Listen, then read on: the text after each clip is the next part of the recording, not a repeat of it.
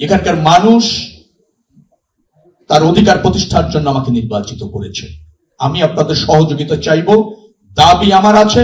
কোন কোন সময় কিন্তু আমি জোর করে হলেও, সোচ্চার হলেও, প্রতিবাদ করে হলেও আমাদের অধিকার বুঝে নেব। ইঞ্জিনিয়ার আছেন, প্রধান বর্জ্য কর্মকর্তা আছেন, এক্ষেত্রে আমরাও কিন্তু আপনাদেরকে কোনো ছাড় দেব না। গণশুনানিতে যা শুনবেন শুনেন। আমি এদের সাথে 35 বছর রাজনীতি করে সব শুনেছি। তাদের অধিকার প্রতিষ্ঠার জন্য আমি অঙ্গীকারাবদ্ধ এবং আপনাদেরকে বাধ্য করতে কোনো সময় উদ্যোগী হব। সালাম ভাই একটা কথা প্রথমেই বলেছেন, দায় অর্ধেক সিটি কর্পোরেশন, অর্ধেক জনগণের। আমি এর সাথে একমত। তবে জনগণকে অর্ধেক দায় দেওয়ার সংস্কৃতি তৈরি করা, প্রক্রিয়াটা তৈরি করার দায়িত্ব সরকার এবং কর্পোরেশন। অর্থাৎ জনগণ অর্ধেক দায় যে নিবে সেটা প্রথমে সে জ্ঞাত হবে, তারপর উৎসাহিত হবে। এই উৎসাহিত করার দায়িত্ব কিন্তু রাষ্ট্রের রয়েছে, কর্পোরেশনের রয়েছে। অর্থাৎ আমরা জনগণের সমন্বিত শক্তিটাকে, ডিজায়ারটাকে কাজে লাগাতে চাই। সে ব্যাপারে কিন্তু জনগণ নিজে নিজে হবে না, জনগণকে করতে হবে। সেই করার জায়গাটা আমাদের মনে হয় যে আরো প্রয়োজন রয়েছে। এই উদ্যোগ তার একটা প্রমাণ। এটা হতে পারে দৃষ্টান্ত যে আমরা জনগণকে সম্পৃক্ত করছি। তোমার চাওয়াটা, আচ্ছা তোমার এই চাওয়াটাকে আমরা এইভাবে বাস্তবায়ন করতে চাই। জনগণ যা চাইবে আর আমরা যা করতে চাই তার মধ্যে একটা সমন্বয় করা কিন্তু ম্যানেজমেন্ট, যেটা আমি এসে এখানে প্রথম এই অনুষ্ঠান শুরু হওয়ার আগে সিটি কর্পোরেশন 2-4 জনকে অবগত করতে চেয়েছিলাম। জনগণ দেখতে চায় আমরা জবাবদিহি থাকি, জনগণ দেখতে চায় আমরা জনবান্ধব থাকি, জনগণও এটা দেখতে চায় যে তার সমস্যা মানে কর্পোরেশনের সমস্যা। এভাবে যখন সে উপলব্ধি করবে তখনই দেখবেন যে জনগণ তার সব শক্তি নিয়ে এসে পাশে দাঁড়িয়েছে। ঢাকা শহরে যতগুলি লেক আছে, যতগুলি জলাশয় আছে, তার মধ্যে ধানমন্ডি লেকের পানি অন্য জায়গার চেয়েও বেটে, এটা সত্য। কিন্তু আমরা সেটাকে আরো সুন্দর করতে চাই, মনোরম পরিবেশ করতে চাই। একজাক্টলি বলছেন সালাম ভাই, একটা লেক যত্রতত্র বাণিজ্যিক ব্যবহার হবে না, হতে দেওয়া হবে না। স্বেচ্ছাচারিতা, নিজের মতো করে ব্যবহার, এটা চলবে না।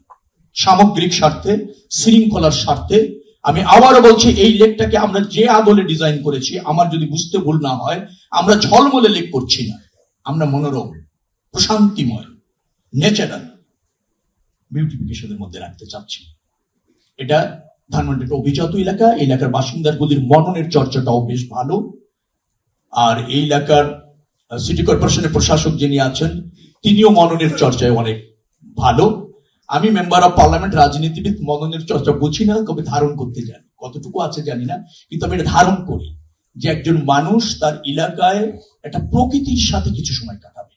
সেই প্রকৃতির সাথে কাটানোর সময়টা আমি লেকের মধ্যে দিয়ে আপনাদেরকে মানে এনশিওর করতে চাই।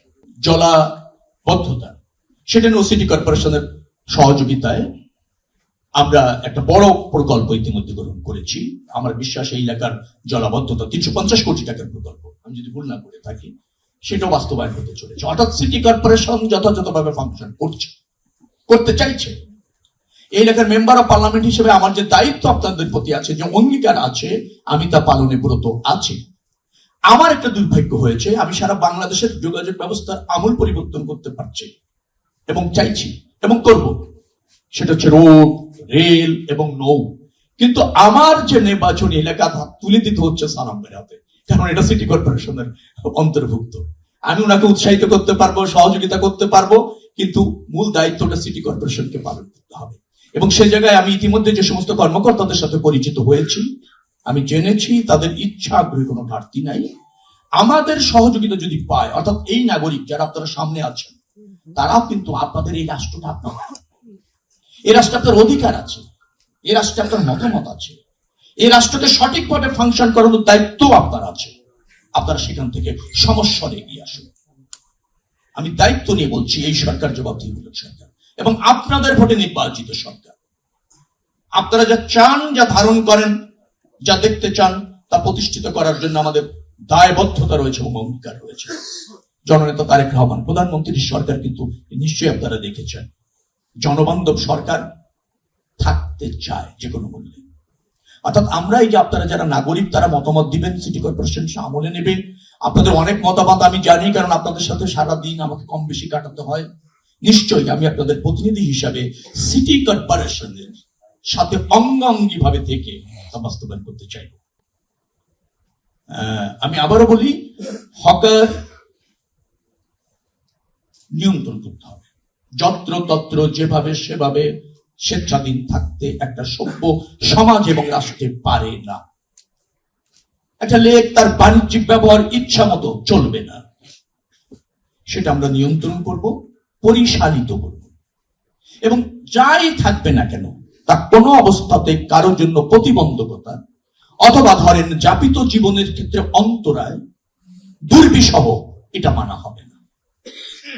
দুটি দোকানও যদি থাকে কোনো একটা জায়গায়, আমি বলতে চাইছি অবস্থানগত কারণে, অবস্থানগত বলতে অবকাঠামো কখনো কখনো এমন হয় সেখানে একটা দোকান থাকলে অসুবিধা হয় না, আরো সুবিধা হয়, কিন্তু তারও একটা মান থাকতে হবে।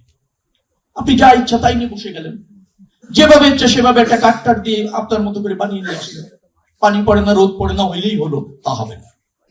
কোন একটা জায়গায় যদি একটা দোকান রাখতেও হয় ফুটপাতে, তার একটা মিনিমাম মান বজায় রাখতে হবে, যেটা ধানমন্ডি বা ওই এলাকার সৌন্দর্যকে কিছু না কিছু হলো বৃদ্ধি করে।